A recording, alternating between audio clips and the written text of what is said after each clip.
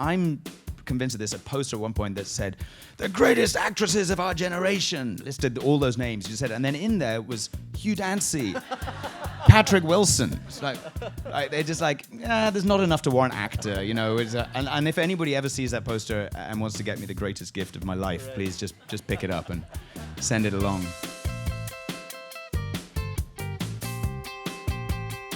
Just on behalf of all of us and all of BAFTA and the Hollywood Reporter, thank you very much for doing this. We're really thrilled to have you and to have this opportunity to sort of go back through all the highlights, going back to the very beginning. And so let's go back to the very beginning first. Where were you born and raised? Wow. I was born in Stoke-on-Trent in the Midlands. Was that a woohoo? I doubt it. In the UK, which is an area they call the Potteries. It's where all the old British pottery companies were based before they all moved abroad. And my dad's an academic, so that's where he was teaching. And I lived there until I was 20, but I went off to school, boarding school, when I was 10.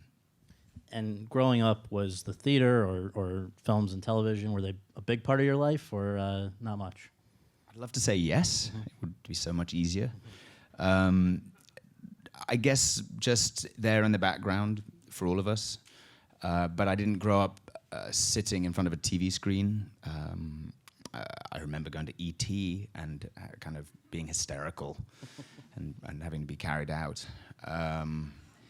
I think this is probably a bit retrospective, but you know, my dad was also a musician, and would play, was a good amateur double bass player, stand-up bass player, and he would play in a lot of local orchestras and musicals, and I would go to the rehearsals, and I would, you know, that was my only exposure.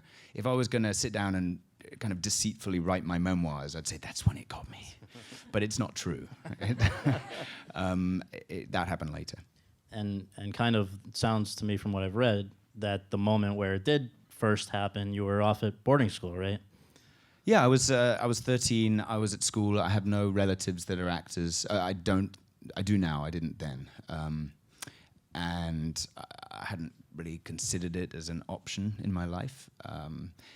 And I was getting the short version of the story. I was getting into trouble. I was sent as a kind of punishment to the school theatre to keep me busy, and so they could keep an eye on me. And I loved it. I hung around long enough that somebody ordered me to be in a play, and I've always been obedient. And I just said yes. The play was The Tempest by Shakespeare, and I played Ariel. And you know, at the age of 13, that just seemed completely normal. Like, okay, I guess I'm doing this now. You know, and I only realized later that everybody around me, including my parents, were just terrified that I was going to humiliate them.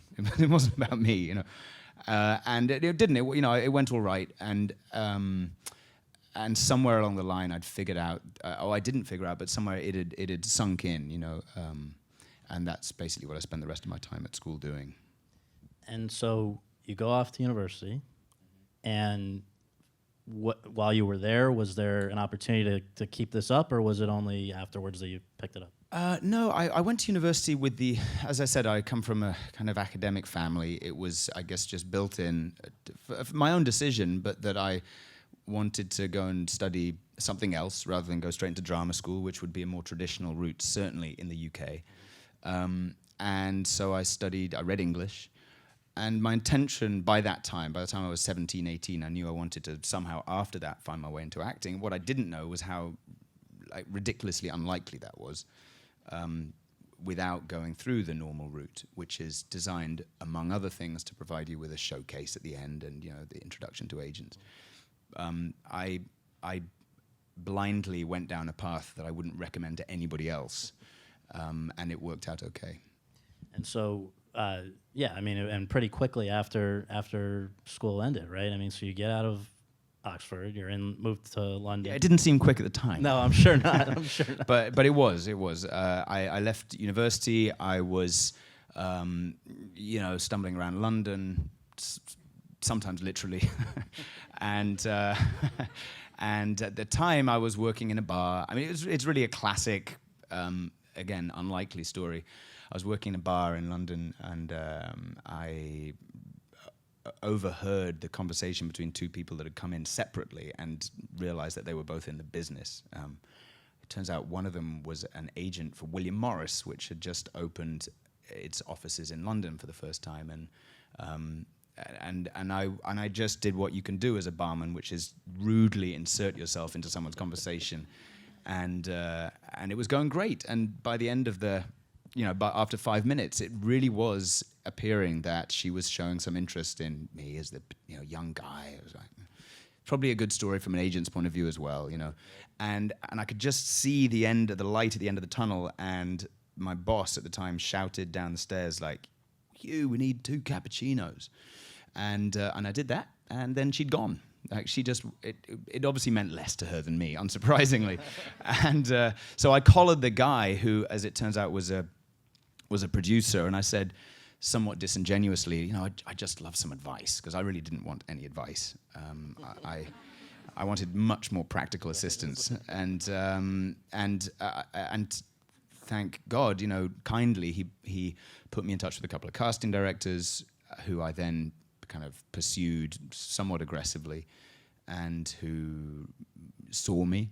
I went in for a couple of meetings. One of them was with the Hubbards, John and Ros Hubbard, who are very well-known British casting directors, who, as it happens, are also well-known for, as it were, finding people who, on the street, or metaphorically speaking.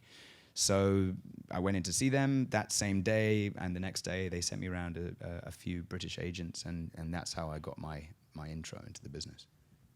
And I don't know, again, you may see things differently, and please correct me if I'm wrong on this, but it seems like the big initial breakthrough was at 23, when all of a sudden here you are in David Copperfield. Would you point to that as the first big step? Yeah, I kind of got my, that was my first lead role, and it was classically for a British actor in a costume drama, an adaptation of the Dickens novel, and I really did, of course, meet people that thought I was working with a magician, but it was a British costume drama, but it was kind of the best of both worlds, because it was produced, but it was for Hallmark, so there were Americans involved, and so on that basis, I was able to come out here, or more specifically to LA, and go off and do the infamous general meetings. And did you find that in those early years? I know, going back and reading a lot of the press coverage at the time. Oh God, did you? Well, oh yeah, absolutely. No, and it was very interesting, because you see how anxious fellow members of my profession are to kind of pigeonhole somebody, and all right, you're going to be the new Hugh Grant or the new Colin Firth. Right, and the problem with that now is that without in any way, because it's never a good idea, heinously insulting your profession. Those interviews, of course, enter. You just type in Google. So as a journalist, you type in Hugh Dancy Google, and then they're like, "Oh, that's a good question." so it kind of proliferates in that way. Yeah, I guess I spent a little while being baffled by that. And it seems like with a lot of the choices that you made, I mean, I don't know if you would have been inclined to pick those kinds of roles had you not heard that, but you really didn't do too many of those. Oh right, yeah. No, I wasn't running away from. Oh God. Don't call me Colin Firth. I can't bear it. That's okay, really. I've been called a lot worse things. No, really, I have. But it wasn't some fear of being pigeonholed. Honestly, I don't think I understood enough to recognize the danger of being pigeonholed, which I guess is, well, I don't guess, I know it's real. I think through a combination of coincidence, circumstance, and pursuing my own interests, I ended up kind of veering away from that. And perhaps the first time you veered away from it, you went a long way from it with shaved head as a medic in Ridley Scott's Black Hawk Down. Yes, although every young actor was in that movie. I don't know if you saw in that clip, like Tom Hardy was there in the background. It's like every. Oh, and to give credit to Ridley Scott and Bonnie Timmerman, who was the casting director. She did select an amazing number of actors that are still working and doing really good work. Yeah. But yeah, that was because she'd seen me in a play in London. So again, there was that wasn't me coming out to LA or pursuing some kind of American career. It was I guess a stroke of luck. And I do remember that from just speaking with you and reading some of the other interviews that you've done, that one of the roles that I think you were very pleased to get and it came out really well was for BBC One this adaptation of Daniel Deronda, and I just wonder if you can talk about this. You had a lot to work with there. It's a great character and you made the most of it. Right, so Daniel Deronda, for those, which I assume is several of you who don't know, is a George Eliot novel. I mean, maybe you do, but it's probably one of the lesser known George Eliot novels, for what that's worth. And it was, again, I it's something that we do in Britain. We do it very well, and we also do a lot of it. So it's not always done very well, which is costume drama. It's our stock in trade to a certain extent, and I got very lucky in that the one that came my way, I suppose, or we could talk about luck and other things, but was of a really good caliber, and I've worked with Tom Hooper, the director of that, twice, once again subsequently, and I think it was him. He had the guiding intelligence to kind of shape something that could have been just another one of those products into something that was a bit more heightened. And again, it was another opportunity just to play a lead, actually to play an eponymous role. It's the second time I was on the cover of a Penguin Classics novel. Second time, which is a kind of bizarre side byproduct of being a British actor, I suppose. But gave me some insight into what it means to play the lead, and the responsibilities that come with that. Although, I mean, not unlike the show I'm working on at the moment, I actually was sharing almost equally the duties with other incredible actors. So it was a kind of soft landing. Now, what did you make of it when, starting around 2004, I guess probably the first time with Ella Enchanted, there was you were now part of a big studio production, the sort of the Hollywood machine. Did you? What was your sort of reaction to that whole experience for the first time? Again, total failure to recognize what was happening to me. I think that has been my saving grace for years, actually. That I just thought, well, this is great, I enjoyed myself. I came out to LA. I remember going to Disney at one point and sitting down with somebody from Disney, and he literally said, "Oh, you're part of the Disney family now." And great. And then I went off to had a meeting with Miramax, somebody from Miramax, and said literally, "You're part of the Miramax family now." And I thought, shit, I'm a bigamist, I've got two families. It was. It was great, and I guess what it means is that you become, and I really don't think I was aware of this at the time, but you become part of a relatively small cadre of British actors that have found work in America, and that just opens doors. I really am not being falsely modest when I say I didn't particularly appreciate that at the time.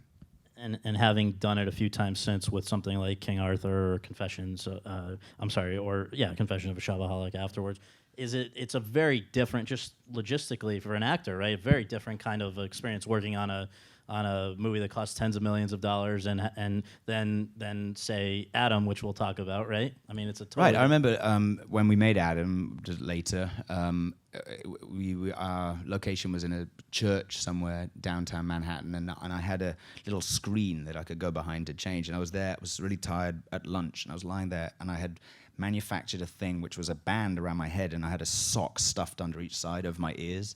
And I remember having the thought, I just want to work on a Jerry Bruckheimer movie at this point. and then that happened. And that is pretty much the difference. I mean, well, it's more than that, but the scale of the thing is enormously different. And in a way, the challenge of that is to find what you're doing in the midst of that enormous kind of maelstrom of activity. And, they've got fire engines, and they've got kind of schools and creches and churches and small religions that get formed, all around this production. And you have to just hunker down and figure out what you're doing.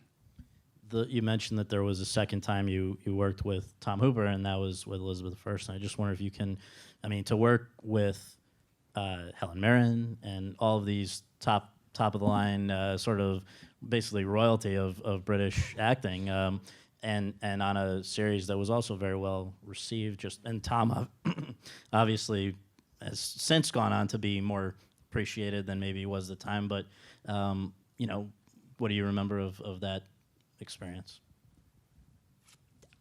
I remember realizing that there are some actors. I mean, I was very appreciative of what Helen was doing and of who she is. And I had that odd experience that you have occasionally when you watch the thing afterwards and you think, oh, God, that's what she was doing. Oh, I see, I get it now. Which is really remarkable. She was doing something, she was just had an enormous responsibility on her shoulders. And I mean, she's always vivacious and owns the room that she's in, but she was operating on a different level to everybody around her. So that's one memory. The other one is that we filmed inside a Soviet-era basketball stadium in Lithuania. They're not connected, the two memories. You know, it was. I got to play. I played the Earl of Essex, who was this kind of essentially lunatic aristocrat who kind of fell in love with Queen Elizabeth and maybe had syphilis and took kind of the jealousy of a stalker, if you know what I mean, kind of jealousy that says, "I love you so much, I'm going to hit you with a hammer," to new heights, and ended up losing his head as a result. And he was a. I mean, this is a kind of wildly overused phrase, but he was a kind of rock star of his age, and that was a lot of fun. Another of your just best received performances, I think, was certainly in Beyond the Gates as this idealistic teacher who gets caught up in an unbelievable situation and based on a true story. And I just wonder, in light of the character that you were portraying, and I'll let you set it up if you'd like, but just is there a great? I guess people often say when playing a person who really lived, there's maybe a greater sense of responsibility. But in light of the circumstances around this person's life, was that even greater than usual? Right. So the background to this is that the movie it was called Beyond the Gates. In England, it was called Shooting Dogs, and it was set just before and at the very beginning of the Rwandan genocide. And we went out to Rwanda. We filmed in Kigali, in the capital city, in the school in the center of the city where the events of the movie took place, which, in a nutshell, were that there was a UN battalion billeted in the school. When the killing started, a lot of Tutsis, moderate Hutus, people who were at risk, fled there because they felt they would have the support of the Belgian troops that were there. And shortly thereafter, all the Europeans left, including finally the UN troops, and these people who'd sought sanctuary had essentially rounded themselves up, and they were all slaughtered. Is there a sense of responsibility that comes with that? Absolutely. I was playing a character who was a composite. I suppose he was the conduit for the audience watching these events that took place, and ultimately playing a character who chose to get out and save his own skin. You know what I a lot of on that movie, I often heard people say, well, you know, this is a really important story, and fortunately I realized early on that just because you're telling a quote unquote important story does not get you off the hook of having to tell it well. There's a slight sense of like, hey, we're golden. You know, people are going to really care about this, and they don't. You know, you obviously have to employ all the normal tools of storytelling. What I remember I remember many things from that, but was John Hurt was the other European character, playing a priest, a Catholic priest who ran the school that I was teaching in.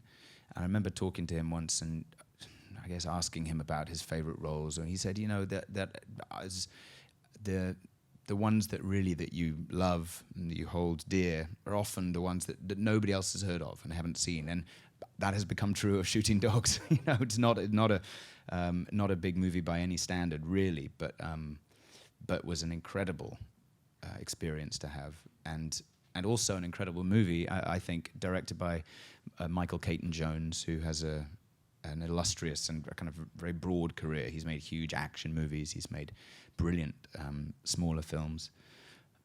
I mean, to to illustrate that, I went straight back to England and did a couple of days on his next movie, which was Basic Instinct 2. So, you know, we there was a kind of almost romantic, like, journeyman quality to that. Like, yeah, like 4 weeks ago I was in Rwanda, and now I don't know where I am, frankly.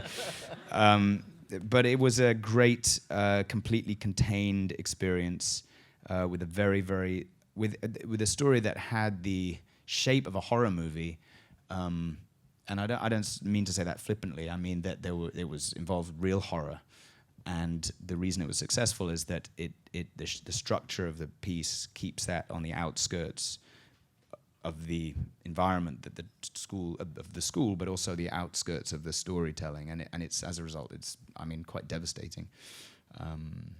So yeah, a very personal favorite. I want to spend the next 2 or 3 questions on 2007, which was personally and professionally a pretty crazy year for you. And I think in early 2007, maybe the first of these things that I want to ask you about, you were on Broadway, which I think for,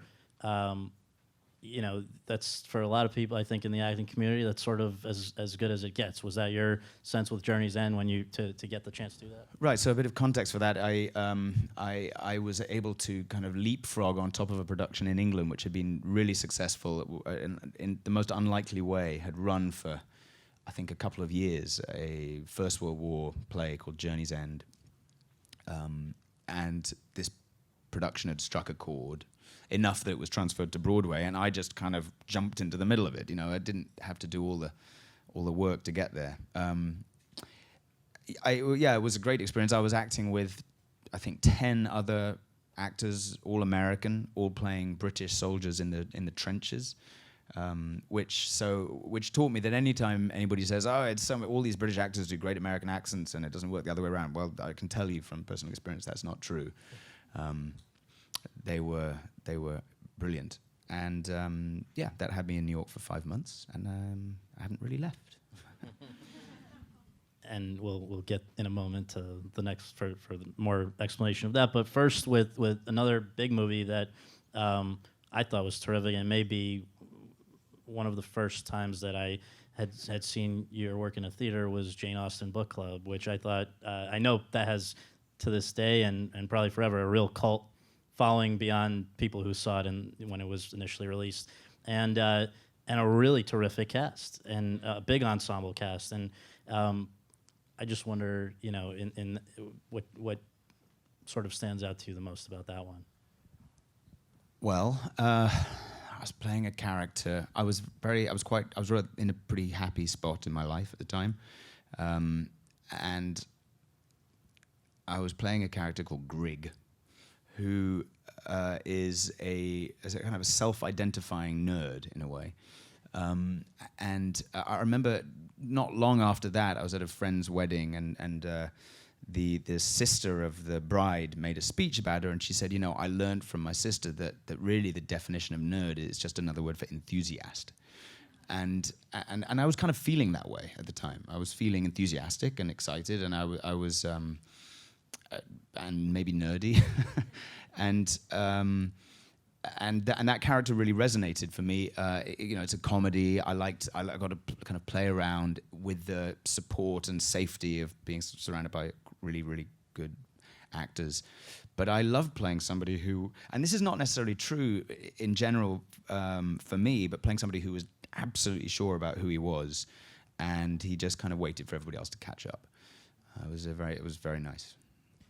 And then another 2007 movie, which I'm going to ask you about, is Evening, in which you were surrounded by just a plethora of tremendously talented actresses. I can't get rid of them. You can't get rid of them. That's right. Well, let's just mention a few, if we can, just to remind people. Meryl Streep, Glenn Close, Vanessa Redgrave, Natasha Richardson, Eileen Atkins, Toni Collette, Mamie Gummer, and Claire Danes. I have to interrupt you and say that I'm pretty sure of this, that there was a poster at one point for the Luke, who introduced us, was indeed one of the producers on the movie. But I think it's fair to say that the people weren't quite sure how to market that film. Like, was it a what's the word? Flick chick, right? What is it? Chick flick? Yeah. And they released like a cookery book with. I mean, it was an odd one. But there was. I'm convinced of this. A poster at one point that said, "The greatest actresses of our generation," listed all those names you said, and then in there was Hugh Dancy. Patrick Wilson. It's like they're just like, there's not enough to warrant actor, you know. And if anybody ever sees that poster and wants to get me the greatest gift of my life, right, please just pick it up and send it along. But well, again, very, very esteemed company. And I remember standing like just before we started filming, which was in Newport, Rhode Island, sitting on the roof of the hotel that we were staying at. Having an old-fashioned, and speaking to my parents who are in England, and I said, I'm glad to be here, but I'm nervous, you know. These are the people I'm with, and I love that character so much. But I think the first time in my career I had read something and desperately and unequivocally wanted to do it, and went out and told everybody that, and didn't care about the potential rejection or whatever it might be. You know, supposedly the more you want something, the less you get it in our business. And it didn't bother me. I was so eager to be there, not because of the cast, because of the script by Michael Cunningham. Anyway, I had got it, and there I was on this roof, probably half cut, and I was speaking to my dad and said exactly that. But now I've got these people, and I'm really daunted. And he said, "But isn't that exactly what you want in life?" And it's like absolutely kind of clicked for me, and from then on it was wonderful. And the experience of just the rest of the production itself was memorable. Yeah, I remember it. Yeah. Look, I mean, not to be coy, right? Obviously, I met my wife on that production. Many other dear friends. I also loved the actual work that we were doing. It was so contained. I mean, we shot all of it in and around this house on the coast of Newport, Rhode Island, as I said, and we were playing a kind of, you know, confused, strong, breaking up, dysfunctional family, and the people in orbit around them. We the people doing that were a lot more functional, but still it was a very heady environment and a great one. And you know, often, I mean, I've worked on productions and I've had that kind of feeling before, and it hasn't sustained in the same way. And that movie and the experience of making it and the people I made it with have clearly sustained in my life and informed me. Okay, so this brings us to one of the great performances, period, and certainly... We already did Basic Instinct. Right. I say this, I don't care if it sounds like I'm buttering you up. I mean, I think anyone who's seen Adam remembers what a great performance you gave in that. And just to sort of set the context before we talk about it, this was like 22 days you had to make this movie, very little budget, and probably the acting equivalent of getting into a fight with your hands tied behind your back because of the inherent nature of the challenge before you, which I hope you can describe a little bit. I suppose that's true, except that you're bound to lose that fight, right? And I think this was a case in point as to how restrictions can inform and even assist creativity. It was a $500,000 budget, as you said, a very, very tight schedule, and the really, I mean, daunting, I think I've already used that word, but terrifying would be more accurate, kind of a character to play. And it's, just to jump ahead a little bit, it's really informed the way that I read scripts now and decide to do something, because the process in that case was so clear that I kept looking for reasons not to do it. I just was desperate to find something in the script or the structure or the people I was going to be working with or whatever as an out. And eventually I couldn't find one, and I just had to do it. Up to the point that I went for a meeting with Max Meyer, who wrote it and directed it. And like, there was no reason to have this meeting except to say, I can't wait to do your movie. And then I just prevaricated, and we got like an hour into the meeting, and the producer, Leslie Erdang, was kind of sensitive, and she said, okay, I'm going to leave you to it. And I just said to Max, look, you just got to look after me. If we do this, you have to be really I've got to be able to rely on you. And he said yes, and that removed the final, if he'd only said no. Yeah, it was interesting playing a character who all of the normal things that were tools, I suppose, that we rely on as actors, and that we employ as shorthand, namely communication and directness, right down to the way that scenes are shot. You know, traditionally and conventionally, you shoot your master, you get in closer, you shoot over the shoulder, you get your close-ups, and the same way that good-looking people get employed to be on screen, because it kind of, to some extent, acts as a shorthand for the audience to empathy. So we just tend to stare each other in the eyes. You know, we don't do that in real life. I'm kind of doing it now, but I can't see any of you. And that was gone, and it was really both kind of forced me to start from scratch in terms of the vocabulary I was going to build up for this character, and has been very helpful to me going forward. Not least the character that I'm playing at the moment on Hannibal. So yeah, Well, was there a kind of did you figure out, was there a sort of a moment where, like a aha moment that you figured out how you were going to do that? Not look at someone? No, just basically not play for empathy, not play for, sort of get that without seeking that, which was the character who's, for people who may not... Yeah, no, well, the character has, that's the most, in a way, straightforward scene, the little clip that you saw. The one thing I liked about the script was that there was so little, there was an enormous amount of information imparted, but you were not at all aware of what you were digesting. It was very, very subtly written in that way. He is on the spectrum. He, therefore, cannot read other people in the way that most of us are able to. He can't control his moods in the same way. What I realized was, it was an experience of, immersing myself in that as much as I could, learning as much about it as I could, trying to stay focused on getting as close to something that I could never really experience. I think that most other roles that I've played, you can feel for a second that you're in there and you're having that experience. Well, my brain isn't wired like that. Most of our brains are not wired like that. So you're just trying to, if you can get a little hint of it, you feel like you've achieved something.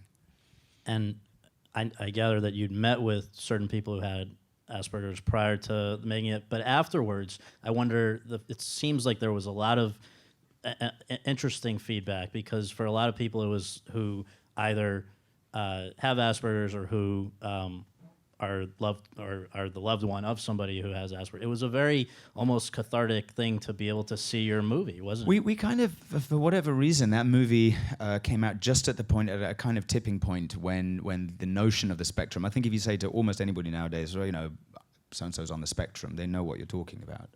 For those that don't, it's the autistic spectrum. But that was not true for me anyway, and I think a lot more people when we made the film. So it was the first time for a lot of people they'd seen themselves so front and center, identified in a piece of popular entertainment, and it wasn't patronizing, and it presented somebody with great obstacles in their life, achieving a small, open-ended kind of success and hope. And that was, I think, very meaningful for a lot of people. And then subsequently, having made the movie and doing one of those kind of whistle-stop, very tiny publicity tours around the country, where you go, every day you fly to another city and you show the movie to an invited group of people, and inevitably a lot of those groups were people from Asperger's support groups or what have you, that they'd reached out to. So the Q&A sessions were intense, because there's no filter. no filter at all. And I mean, God help you if they didn't like the movie, you know. I mean, let me put that a different way. They would break it down. I remember one time, I can't remember what the question was, but being asked a question and I answered it, as richly as I felt I could, and then the young woman that asked the question said, "Could you please answer the question again in a way that an Aspie could understand?" And I thought, I was terrified because that was like, okay, here's your quiz. Like, you did the research, now take the quiz, And I mean, I think I did all right, but that was as rewarding an experience as making the film, for sure. Because that's a good example of course, I didn't know what the outcome was going to be there. I think by rights it should not have been as successful as I think it was. Absolutely. I think very soon after that, you followed that by going back to Broadway with Venus and Fur, and I know that was really very well received by critics, which I don't know. I'm actually kind of part of this question can be: do you read critics? Do you care what critics have to say, or do you just kind of ignore it? Well, the reason you don't read them, if you don't, is because you care what they have to say. Okay. And I don't know anybody that can say truthfully, I don't read them because I just don't give a shit. Yeah. It lodges itself in you. Somebody's statement about what you're doing, good or bad, or worst, indifferent. So I learnt, specifically with regards to the theatre, that it is absolutely best. You've got that 1 week, like Hell Week, when they all come and then they write their assessments. And if you can just steer clear during that week, you're good. Because unlike a movie, TV is closer. You've got to go back and do that thing again the next day and the next day and the next day. So it's been my experience that a good review can knock you off kilter almost to the same degree as a bad review. Yeah, I'm not perfect in that regard. I mean, there's this thing called the internet, so but you try. We saw a clip in the reel of an excellent indie film by a young filmmaker and with a very talented cast, Martha, Marcy, May, Marlene, which should be easier to remember the title than. But I'm people amazed you got it. Yeah. Well, you have a crib sheet. Yeah. Well, but I mean, I also saw the movie, and I think people who saw that, it doesn't. You're not right up to the last scene, particularly the last scene, kind of haunts you. And but you, I think, by all accounts, are a very lovely guy to play a guy who may not be as tolerant of people around him, and particularly in this situation, a girl who's sort of freshly out of a cult type situation and kind of cramping your style. Was that? I had enormous empathy for the character I was playing. I mean, yes, she's just come from this cult-like situation, and we see during the course of the film that awful things have happened to her and she's been witness to. But he doesn't know that. All he knows is that his wife's insane sister has showed up and is just wrecking his life. Right. And he's trying to put together a real estate deal, And I just may I say, just to support that. I mean, I believe literally he's having sex with his wife, and this sister crawls into she bed. kind of climbs onto the end of the bed, one of the things I liked about that character was that he speaks, I think, for a portion of the audience, or a part of everybody in the audience, that's a form of release. And he's just saying, this is ridiculous. It's a little bit of comic relief. There's one point, I think the morning after that event, she comes into the bed, he just says, oh, I'm out. He goes off, sleeps on the couch, and it's a really horrifying scene because it's just so weirdly inappropriate. She doesn't understand what she did wrong, and that's evidence of the extreme situation that she's come from. And his wife wakes him up the next morning. She's saying, I'm sorry. And he says, look, she's just fucking crazy. And you need that in the movie. That said, he's not a very nice person. So I was able, I guess I understand that frustration. And that's that scene that at the beginning when he's berating her at the table was written in an open-ended way. Sean Durkin, who wrote the movie and directed it, had kind of written it up to a certain point and said, and I don't take credit for this at almost any other point in that film or any other, but he said, look, see where you want to go with that. So I just, I guess I just tried to tap into whatever was the most self-righteous, furious, kind of tightly held and repressed anger I could achieve. And turns out this is was almost endless, and let rip. sometimes you get a script. I would imagine scripts come across of all sorts, and sometimes it's not a very just maybe a fleshed out character. That was not the problem with the character that you played in the Big C. Just to clarify, a gay Buddhist wine bar owning marathon running cancer patient. Yes.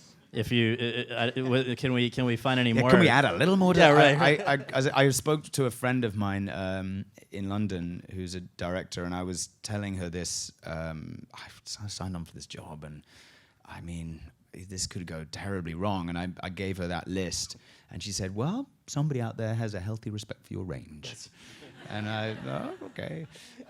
So thanks for setting that up. You've heard that one before, haven't you? Yeah. So I went into it in that spirit, and it was, I mean, as you saw, Laura Linney, Oliver Platt, and many other really actors that you want to be working with. So yeah, it could have gone terribly, terribly wrong. I think that feels like the theme to my career. Yeah, but rarely does. Well, and another movie just on sort of funny note. We're gonna have to talk about Hysteria, which is a great movie. Yep, but that makes that list as well. And for people who may have met, is a great tiny indie.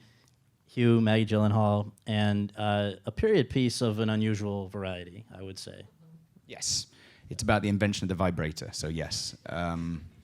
Which, to give you the backdrop to that, was created in Victorian England because this condition of hysteria, quote-unquote hysteria, had been, again, quote-unquote, discovered in women who were essentially deeply dissatisfied by their lives. I mean, I think retrospectively that's what was going on. And they were going and complaining about various symptoms of that. And they discovered that they could provide temporary relief to that condition by manually manipulating the ladies, the patients, in such a way that, according to them, their uterus shifted. That's what they thought they were doing. Can you imagine the pitch for this movie? Well, how about playing those scenes? You've got a whole lineup of actresses with a curtain, and I don't know how you kept a straight face. Well, we didn't. I mean, that was just a short answer. What's fascinating was that, well, I don't know if it's fascinating, but the movie takes that premise, which is a genuine premise. Well, and to conclude it coincided with the discovery of electricity, and some, no joke intended, bright spark put two and two together and created. I thought in the movie it's because my character is getting carpal tunnel syndrome, and so he, they stumble upon this idea of a device, and that's our story. And the funniest thing in that movie was the truth, which was that these Victorian doctors were doing these insane things to Victorian ladies, and none of them knew what was going on. And they all thought it was absolutely in the interest of science, and they would have been horrified if you told them there was anything sexual about it whatsoever. And then after that, the movie was kind of larded up with a lot of other, it veers between a kind of strange social realism, and Maggie's character is a proto-feminist, and into kind of pure farce. And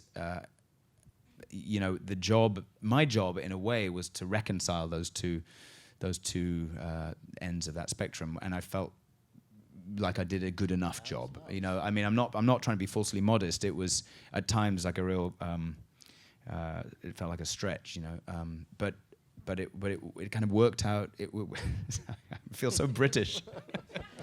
It worked out okay. But it was really well done.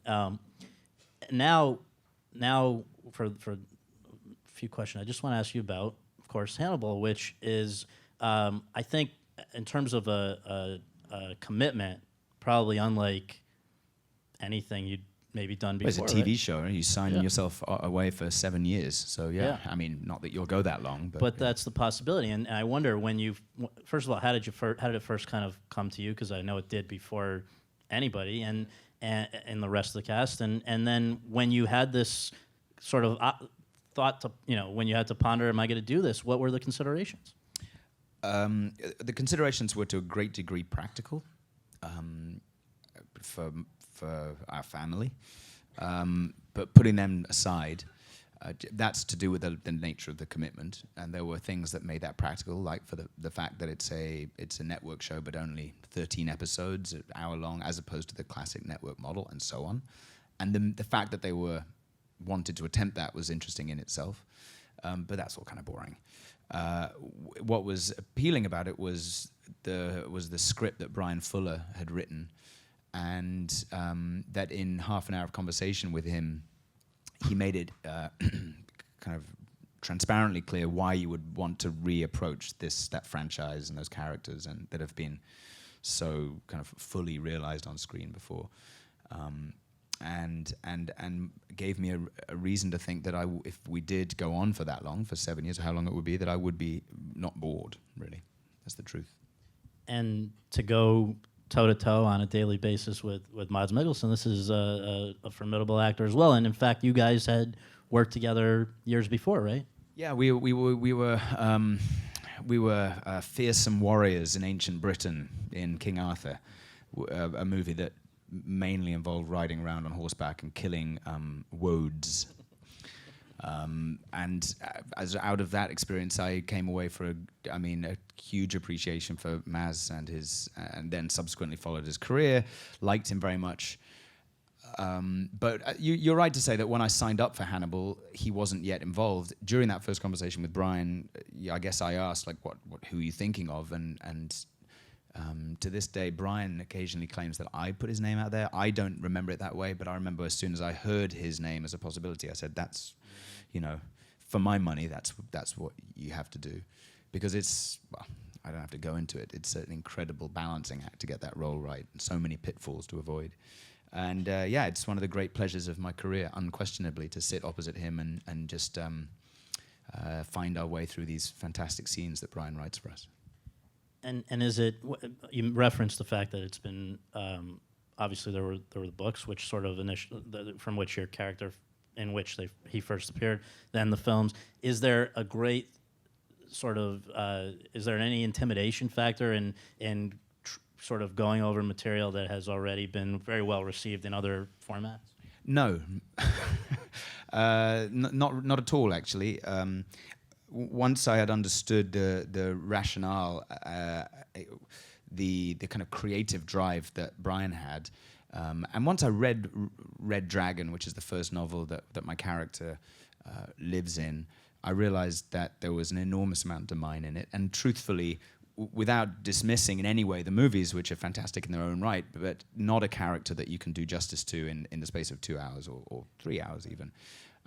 So I felt like very, very early on, pretty much as we went into the second episode of the first season, we got past the lore, Lore of the books, and kind of began to creep into our own universe. And actually, thanks in large part to your performance. I mean, you wouldn't have necessarily thought prior to the series that there was humor in the story of Hannibal and Will and all that. I mean, you really bring it out. So there's in a number of scenes, you just actually. I think they're both really funny. Yeah. I mean, I really do. I think they're both. Hannibal is obviously a comedian, monkey.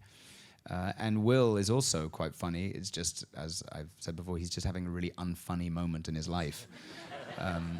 But yeah, the two characters have to really enjoy each other.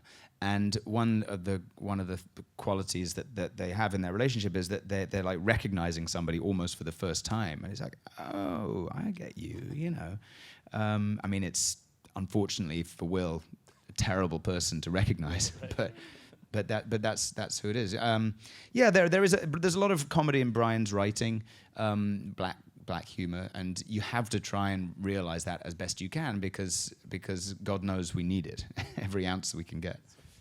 And for you, when you find yourself in a episode or a few episodes confined to a single room, or with even confined to a mask or any of that, how do you work through something like that? That's got to be a uniquely challenging thing. Yeah, to begin with, it seems, oh God, I'm going to be in that prison cell. It's going to be just like in that movie, and I'll wear the mask, and I'm just going to eat that stuff up, and no joke intended.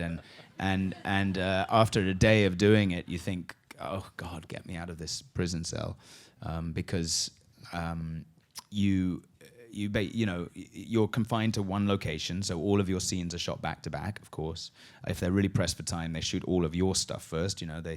They block shoot it, so they'll only turn the camera around when you've done all of your half of each scene. And you rapidly realize that in a 10-foot by 10-foot cell, there's not a lot to do. You run out of acting options. You sit on I had a little bed. You can sit on your bed. You can pace at the back of the cell. You can kind of stand in the middle, look up at the light. And then in moments of need, you can go up to the bars. And then you've done 2 scenes and you've done all those things, you know?